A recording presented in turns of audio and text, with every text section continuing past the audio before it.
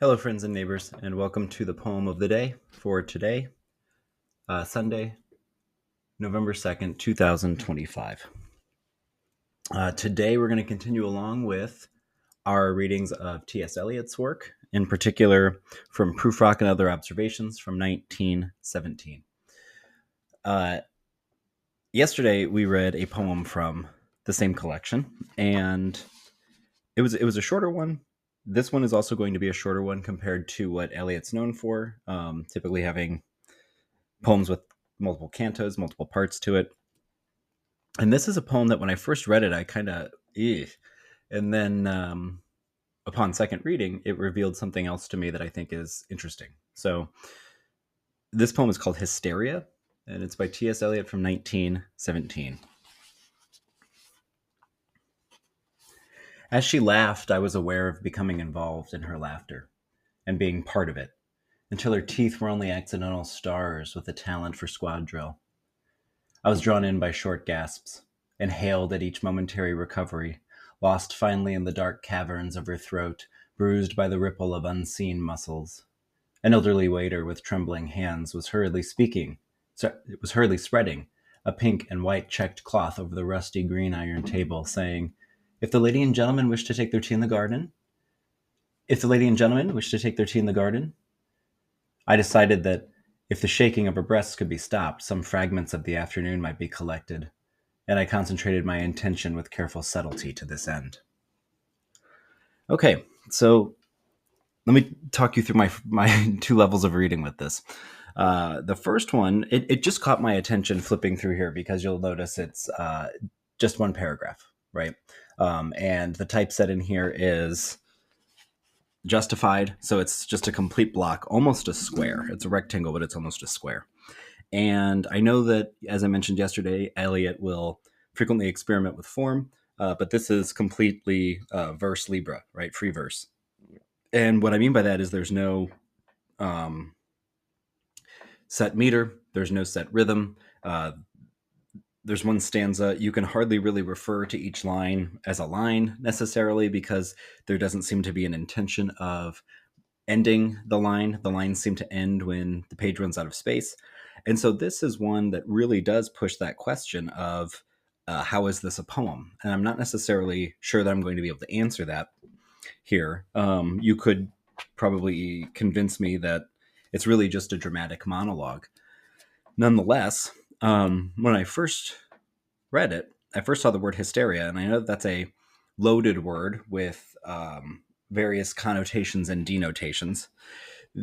Some of the connotations that it could have could be like hysterical, as in really funny, which is one way that we use it contemporarily. The origin of it had to do with Freud describing women in a state of anxiety, what he perceived as an irrationality, and these things brought about as the way he saw it by kind of an imbalance in hormones having to do specifically with women's sexual desire, repressed sexual desire, the menstrual cycle, things like that. Right now, later, Freud is going to develop this idea that there is some such thing as male hysteria as well. So that word hysteria is still something that has a connotation of being misogynistic. If one tells a woman that she's being hysterical, it has a chauvinistic connotation to it. It's a sexist word because you're suggesting in doing that she's acting in some way overtaken by nerves outside of herself that's specific to her gender. But knowing that later in the early 1900s, not long before this poem is written, that concepts of male hysteria were being understood and developed and elucidated upon, that gives me a different reading to this poem. So the first time I read it through, I was not totally aware of the historical context in that. And so this being from the perspective of the man with, I'm assuming it's his wife here, she's in a fit of laughter, and he is so embarrassed by, humiliated, bothered by this, that he sort of sees himself being almost inhaled into her mouth, which itself has kind of a strange sexual connotation. There seems to be a kind of a double entendre going on there, like this fear of her, um, this fear of her sexuality through the expression there. The embarrassment then becomes kind of placed upon second hand when we get this elderly waiter who is shaking and trembling and setting a table and then repeatedly kind of inferring to them that they could move outside because presumably this woman's hysterical laughter is disturbing other guests. And so at the end, the narrator resolves to get her to stop laughing, but the way that he focuses it is, earlier, okay, she's got a big mouth. Now it's just the shaking of her breasts, right? He doesn't actually talk about any other part of her body there other than her mouth and her breasts. And so my first read through this was, oh, Eliot, this is extremely misogynistic. Like what's going on here? I think there's a second level to it. I think that the narrator, who is talking about his wife, girlfriend, whoever it is that's with him, I think he is experiencing and articulating this in a deeply sexist way. But I think that there could be a little bit of a remove here with some of the ambiguity wherein Eliot might be being critical of this narrator. So this comes in the collection Proofrock, and I think it's called Proofrock and Other... Give me 1 second, please. Proofrock and Other Observations. And as with the poem we read yesterday, and with Proofrock, these are poems told from the perspective of an agitated, anxious, unstable man. And there's a sense in which the narrator is so inside of one's head and so fragmented and so hyper aware and self-conscious that they're unreliable, that their perceptions of things cannot be taken necessarily on face value. And so I think if you look back through this, the hysteria that's being described could either be seen as, the man thinks that his wife, girlfriend, whomever is laughing unbearably and uncontrollably and hysterical, but really it's just his inability to kind of meet her there or see that is indicative of his own dislike for her, but also his own insecurity. Or perhaps hysteria is referring to his own neuroticism, his own anxiousness. What if her laughter is really not that obnoxious and that bad? I think there are context clues within this monologue or this poem that can cast some doubt on that.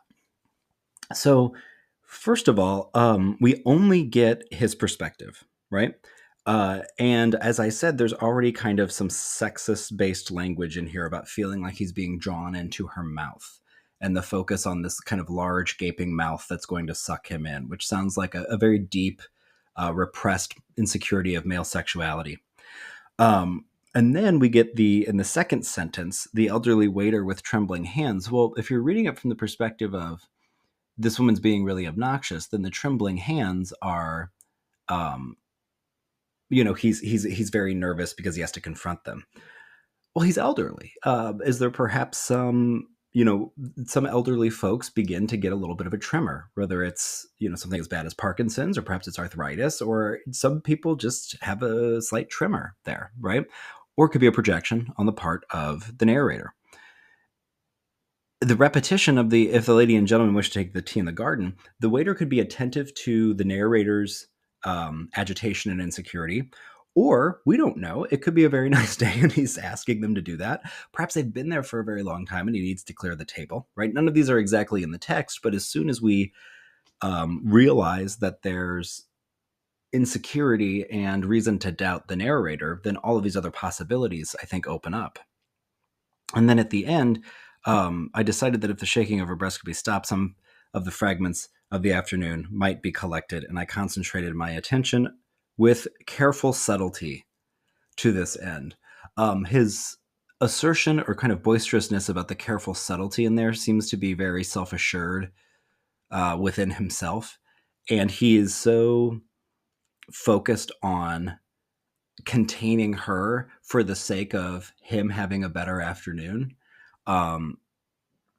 that I think we can deduce from this that he's deeply, deeply self-centered, not only anxious and neurotic and